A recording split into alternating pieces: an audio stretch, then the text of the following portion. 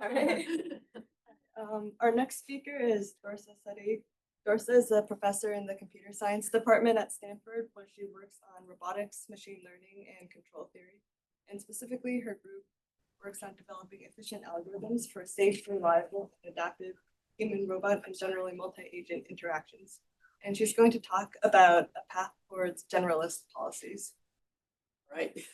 Thanks for the introduction. I just realized I have audio. I was like, oh shit, I have audio. So I'll like put this here. I don't think anyone is on Zoom.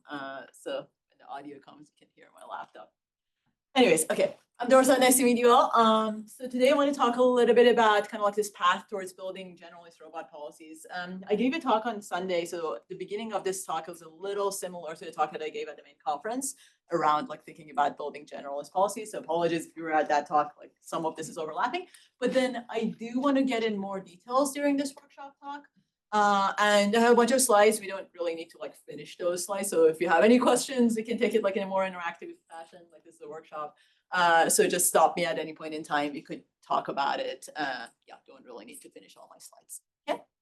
All right. So let's talk about generalist robot policies, right? So we have seen kind of like this progress towards building large pre-trained models for robotics. And this progress kind of like is motivated by the field of NLP and vision and some of these other fields where we have lots of data, we pre-train some representation, and we get these wonderful downstream applications.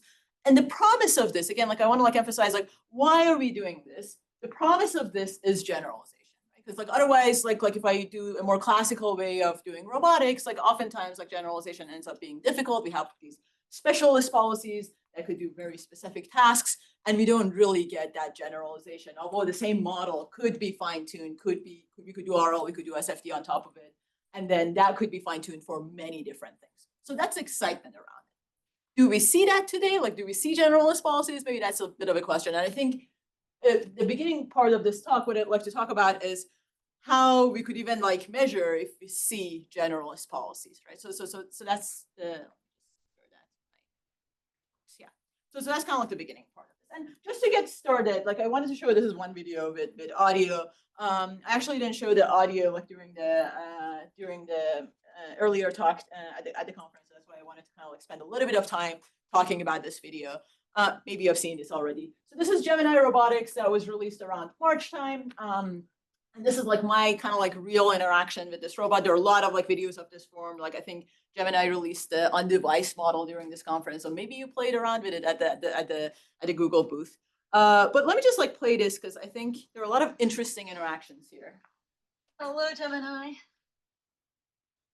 Didn't hear me like on the side, so I had to like speak louder. Hello, Gemini. Oh, I'm gonna do some cleanup today.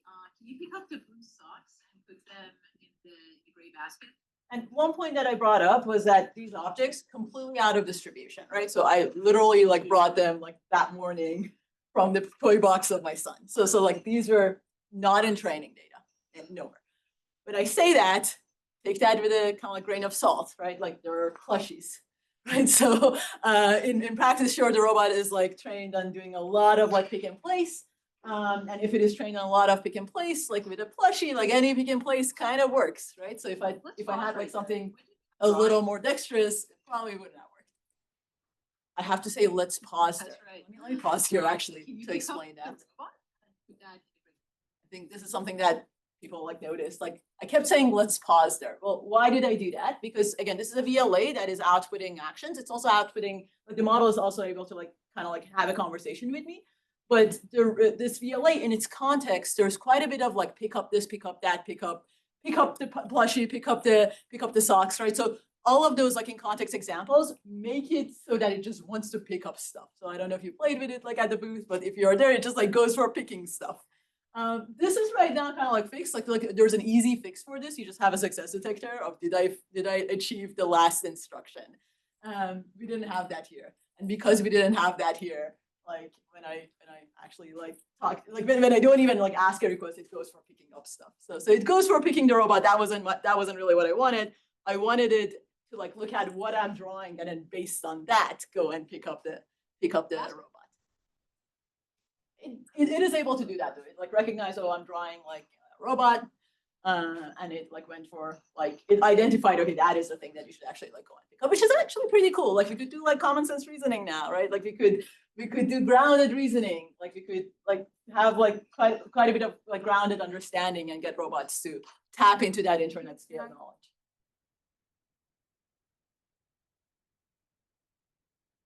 Yes, I'm making something. Can you tell what I'm making? That's right. I was genuinely impressed that it was just, it looks like you're folding a piece of paper. That was pretty Yeah. good. Like that was the first time I was trying this, by the way. What do you think it is? It's not a paper airplane. I don't know, maybe it does look like a paper airplane. It thinks that it is a paper airplane. What do you When think it I is? queried It's not a again, paper. I was genuinely worried that it would continue saying it's a paper airplane. So I was like, if it is not a paper airplane, tell me what it is. So that was kind of intentional. I made a paper boat. I was very Can you excited pick I up the got paper it. boat and put that Genuinely in the basket? Here it goes for my finger. I don't know if you can see it, That's but it's fun. like trying to pick up the pen. Because it's seen like so much like picking up pen. So it like it's like, oh, there's a pen. Let me go pick that up. Like, let's pause there. Can you Chill read out. it again? Thank you, Gemini. Okay. So that was the interaction, right? Like it's doing a bunch of pick and place. That's not impressive. I can make these robots to do beyond pick and place. We have already seen like fancy videos of the robot like doing t-shirts, and now it can folding t-shirts, and now it can fold like skirts too, and it can fold pants. Like we could make it to actually like do other types of like impressive dexterous tasks by giving it data. But you start noticing like there's a lot of like averaging out behaviors, right? Like when it sees a lot of pick and place, it tries to do the same type of pick and place like on every object it is seen.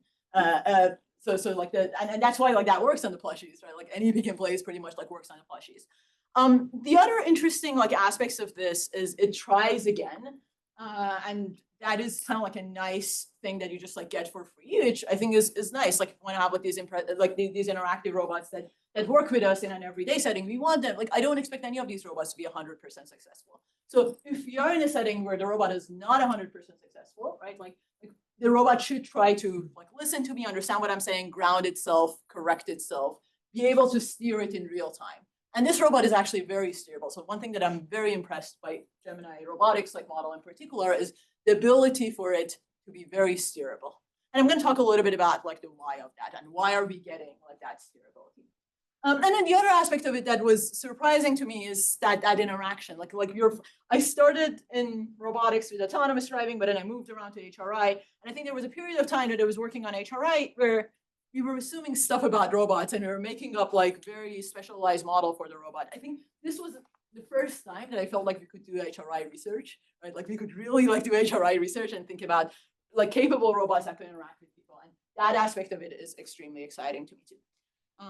Clicker doesn't work. Let me just use them. Can I ask a question? Yes, yeah.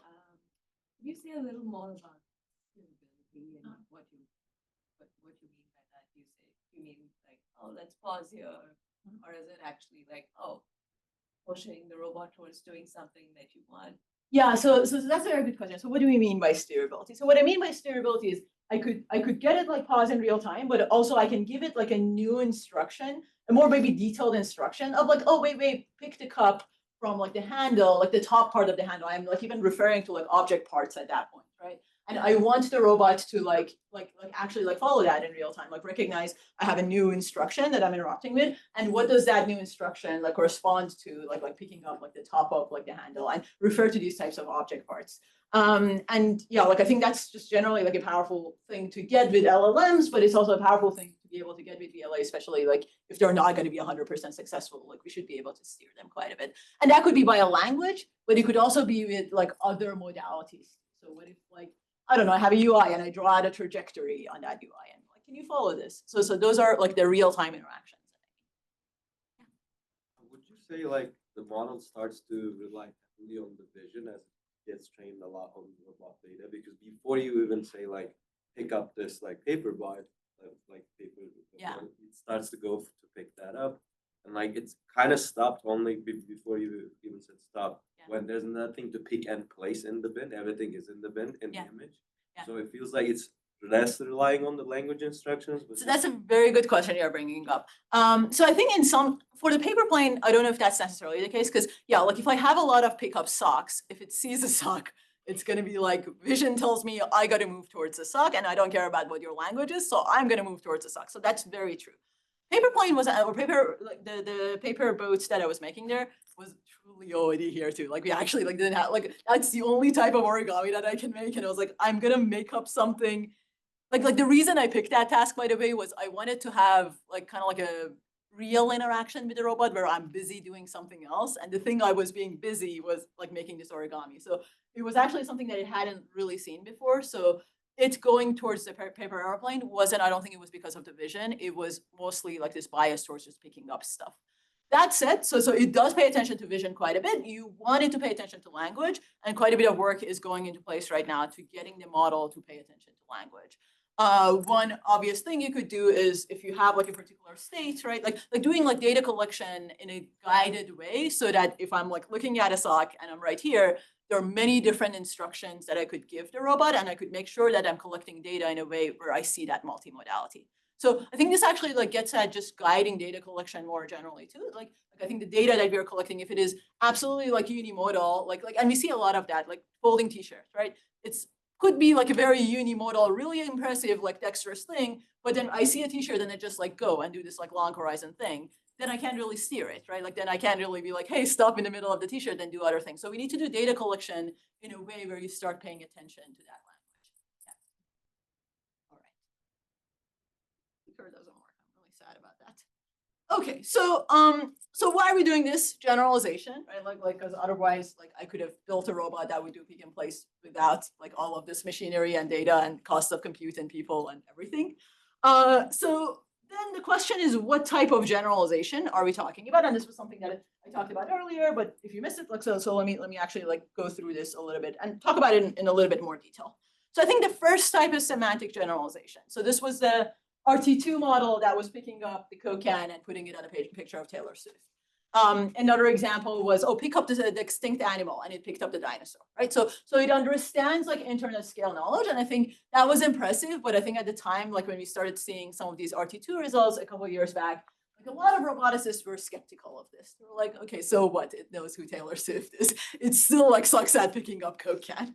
And I think I was one of those roboticists. I came around this. I think it is actually like kind of nice that these robots can be grounded, like they're encoded like within them, and I can now send them out in the wild and do crazy things that I wasn't able to do before. So I think there is definitely a benefit here. That benefit is not about the motion, but that benefit actually allows us to send robots out in the wild and see real interactions with them. So that benefit is maybe more around like HRI, around like having like OOD settings where you can reason about the scene and understand what's going on in the scene. So I think that's impressive. I don't want to undermine that in any ways. But like we get that from a very strong VLM backbone.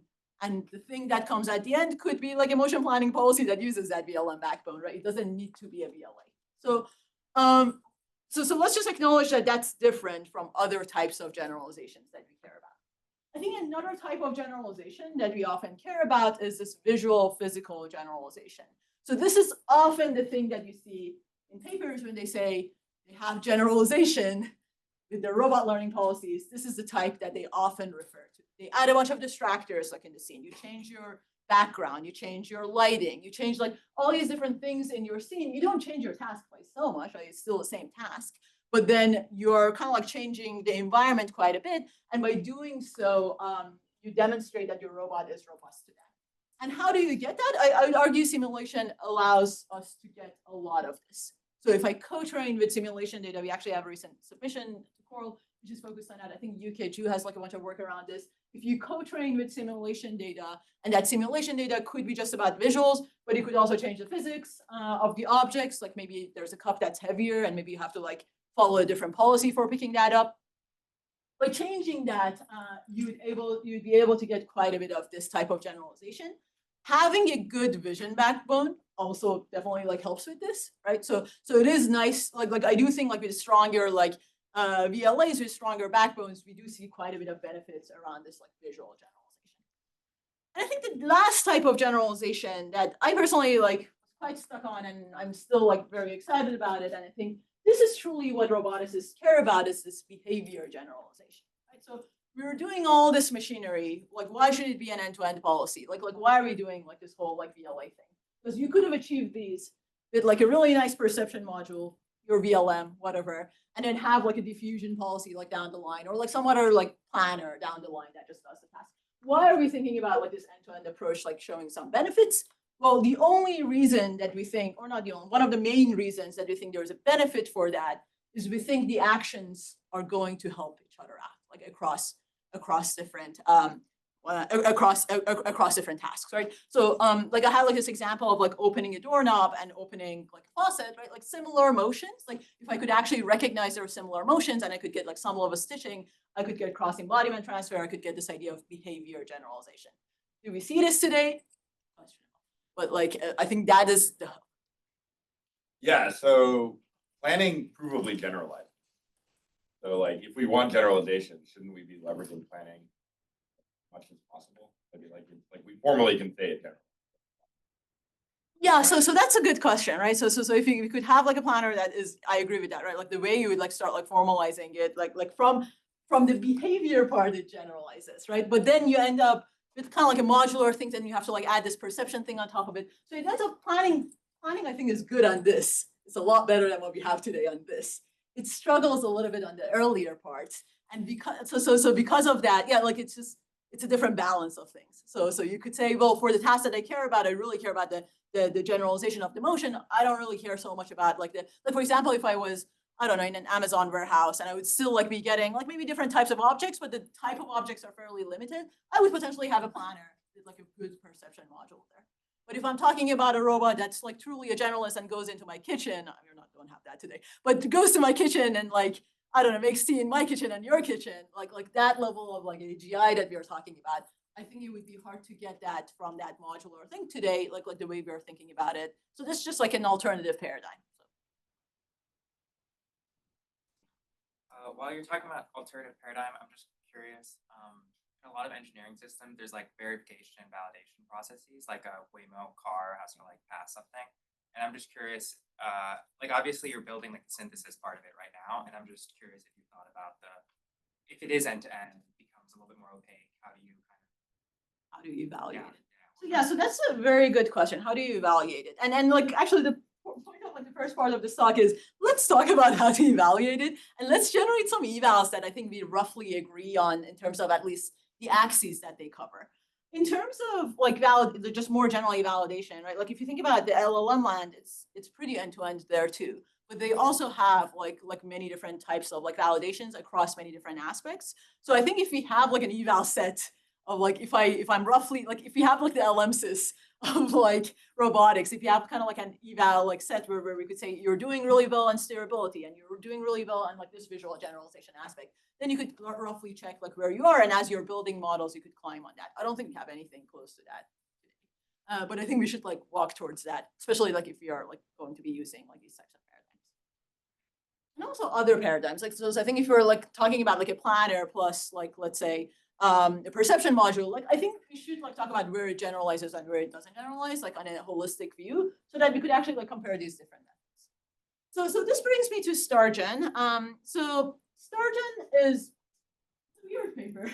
It's not proposing any new like algorithms or data sets or anything of that. It's even not trying to like give you a benchmark and be really right on that benchmark. Like the only thing you were trying to do here was to have some common way of thinking about like how do we measure generalization, right? Because like and you're using these three axes that I mentioned: semantic, behavior, and visual, and kind of like combination of them, and have a taxonomy around like how to vary a particular base task to get new scenarios where you could generalize your policy in. And this taxonomy is trying to capture what other works do, right? Like it's actually like putting, like when you look at specific papers and they're like, oh, we have generalization because we added like distractor objects and it worked. Well, that goes somewhere within like visual and behavior. So basically like it's trying to like capture like how people today currently like think about generalization, and put that under like kind of like one umbrella, just a way of like thinking about this. And what we decided to do as part of this work was look at how well the models do in distribution and out of distribution. And the models that we are exploring are existing open source VLAs with existing open source data sets. So they're not the strongest thing out there, but like these are things that as academics we have access to. So here what I'm looking at is I'm looking at this open VLA model. You could really think of it's an open source version of RT2, right? Like it has like a VLM backbone, it has a prismatic backbone, and then it's trained on a bunch of like action data sets and in this case, like we were just looking at fine tuning on bridge data set. So bridge data set, small data set from Berkeley that we were able to reproduce in our lab so we could run experiments in. And here we are looking at in distribution, like where the model, like how well the model does. Like even in distribution, it is like hard to get like 100% success, but that's the highest number that you're seeing. And then across like this radial plot, you're seeing all these different dimensions that I just talked about and how well this open VLA model unbridged does when we are evaluating. This is not perfect because across each one of these axes, like when you're perturbing, one question that you should be asking is how much are you perturbing? So I'm saying, well, viewpoint, but how much are you changing that viewpoint? And that also matters, and that's not like captured in this plot. But like I think we need to talk about like, okay, like the metric of perturbation here. But imagine that across each one of these axes, I'm perturbing like on that axis by a little bit and generating a new scenario. And in that new scenario, I'm evaluating, and lots of evals in this paper, basically. Some things to notice, viewpoint extremely sensitive. Like we had such a difficulty reproducing the bridge setup in our lab. So this was a setup that was at Berkeley. We bought the same exact kitchen. We bought the same exact like setup. We had to like match it like to like little degrees of like viewpoint to make sure that we can reproduce anything in the bridge setup. So viewpoint ended up mattering so much. Why? Because bridge was collected from one viewpoint. So you have to like actually like match that viewpoint. And that's why like if you vary the viewpoint, like it ends up like suffering. There is work that you show that in your data, if you have like viewpoint variations, then you get quite a bit better like results in terms of viewpoint. But I think there's a lot more to unpack here. So like I think like if you go around some of these, like I think like an obvious answer is be like, oh duh, it doesn't have data on that. But it could also be about like the algorithm and how the algorithm could affect like let's say behavior generalization. So I think like it's actually like interesting to look at like these results and see what we can learn from them and how we could kind of like move forward based on them. A couple of other like data points on this plot. This is mini VLA, so it's a smaller version of open VLA. There are two things we are changing, so it's a little like two confounding factors, so it's really hard to compare just size. So mini VLA is 1 billion parameters, so it's a smaller version, but it also has a different different tokenizer. This has a vector quantized tokenizer. So you see kind of like the effects of both of them when you're comparing it with open VLA. So it's a little hard, like, but in the paper, I think like you could look at like the effects of each one of these factors. And Pi Zero at the time, like Pi Zero was not released yet, so we had re-implementation of Pi Zero from Alan Ren. This was Pi Zero re-implementation on Bridge, and you start seeing like maybe some benefits across like some of the axes, but still like struggles are similar across all of these. Let me show you a couple of other like data points here. So this was on scaling of data. So we looked at Bridge versus OXE, the same open VLA model. If I scale up, oops. If I scale up, this doesn't even work better. If I scale up my data, what is the effect of that? Like, does it matter if I scale up my data? And it turns out that it actually does. So that was nice. Like it wasn't surprising, but it was actually nice that if you scale, you start seeing benefits. But you can kind of notice where you start seeing benefits when you have like this more variations in data. So I was pretty excited about like the results around scaling of data. You could look at scaling of the LLM backbone and the effect of that. So like using this VQ tokenizer versus not VQ tokenizer. You could look at VQA co-training. So if you have more VLM data on top of your robotics data, does that have an effect? It turns out that it does have an effect. So that's also kind of like nice, like again, like across like more visual aspect. It's not going to help so much on behavior, like per se, or on visual and behavior. This is like pair of visual and behavior. So it's actually like helping more on the visual aspect, which is also nice. All right. Okay, and then if you want to like play around with this, you could go on Stargent taxonomy. You could like upload your image. You could write down like what your language instruction is. Like put the axis that you care about generating a new scenario for, and it just generates a new scenario for you to actually go and play around with. I was pretty excited that I was able to kind of like get like Google people along with like other folks like with Drew and Sadigh and Ashwin, like we were able to like really like get Google to also like pay attention to these like generalization like aspects. So if you look at the report from Gemini Robotics, like on page like 32 or somewhere there, you can kind of like see on these generalization axes, like how well Gemini Robotics is doing compared to like, let's say, like this was another Pi0 implementation. And like a multitask diffusion policy. So you can, and then the main difference, one of the big differences between these two is that Gemini has a Gemini backbone and Pi0 has a smaller VLM backbone. So again, you could start like seeing like where you're getting like benefits from these types of generalizations. Okay. All right. So I have little time. So let me see what is how much time do I have? I have like 2 minutes. I have 2 minutes. So let me in the next like 2 minutes. I spent a lot of time like talking about getting on the same page. But let's talk a little bit about the recipe and roadmap of building these generalist policies. So I think one thing that I didn't get a chance to talk about during the Sunday talk that I want to actually spend a little bit of time is data. So I think data matters quite a bit when we are thinking about like building these policies. And then as I showed like in the earlier work in Stargen, we use OXE as one of the big data sets that we've been using.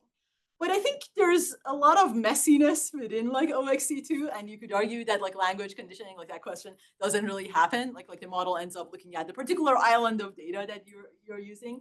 So the question that we have been exploring quite a bit in my lab is around data curation, data selection. And in one of these works, we've been looking at this idea of data selection. So if the paradigm that we have been using, we have, let's say, OXE, and we are throwing in all of this OXE data into a giant transformer, and we're hoping we would get some actions, and we're hoping those actions generalize. The question is, how do we put in the data mixture? And this is a question in the LLM land, by the way, too. So this is not a question that we, like in language models, like they go through kind of like a similar thing of like, what data are we putting in? And today, like for the very first versions of like these models we're looking at, so this was Octo, Carl decided to come up with some magic soup of what is good data to put in. And this magic soup was based on Carl's wipes. Basically, Carl felt like, oh, we're going to have a lot of evals like on bridge, so let's put in a lot of bridge. Cable routing is this weird data set that we probably don't care about so much, so let's don't put too much of that. RT1 Google data is a lot of pickup code can, like, so let's get good at pickup code can, so let's put like roughly like some amount of that. And when you have like this magic soup of data, we didn't put all of OXE. It didn't work like when you put in all of OXE. When you put in this magic soup of data, you end up getting quite a bit of benefits. So the idea that we explored like after Octo was Joey, who was involved in this project, started collaborating with Carl and was like, well, what are your wipes? Tell me like how you're getting that. And can we automate that? Can we automate Carl so that we don't like go after like these random like mixture of data sets? So what we looked at was this idea of remix. So remix is basically doing distributionally robust optimization on the OXE mixture. So you have your data sets, right? Like your bridge, cable routing, RT1, UR5, like all of these, and you want to figure out what ratio, what alpha ratio are you putting on all of these different data sets. And the way you're measuring that is down the line, do I have a generalist policy? Does it do well on all of these domains? Like if you just measure like how well does it do in bridge, like that's not sufficient, right? Like you're measuring how well specialist does. So if you want to know if your data is good, you actually need to measure how good of a generalist is it. How well is it doing across all of these different domains?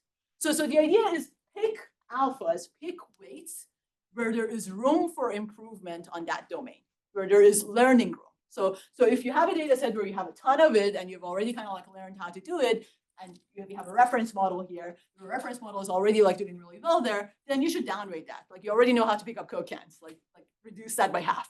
And then if you have like a data set where you don't care about sound so much, like maybe it is like cable routing and like it's already like an outlier, you're already like there isn't like so much room for improvement, then you should downweight those two. So if you're upweighting data sets where there is room for improvement, that's basically like what Remix does. And here are some plots for the results of this. So human here is Carl. So this is Carl's wipe-based magic soup. And then what we were looking at is kind of like just success rate across like a number of these types of tasks. And you see that you could quite a bit like improve success rate by quite a bit by just using like this remix recipe as opposed to using Carl's weights or uniformly like weighing all your data sets. So it does matter what data we are putting in pre-training and post-training. Yeah, so that's, I think, in general, like something that we should be thinking about in terms of curating data sets. We're doing a bunch of works around this and during the post-training phase too that I didn't really get a chance to talk about. scaling data matters, better algorithms matter, but yeah, I don't really have too much time to talk about it. I think I'll be like 2 minutes over. So with that, let me just stop here, and if there are any questions, I can maybe take a question.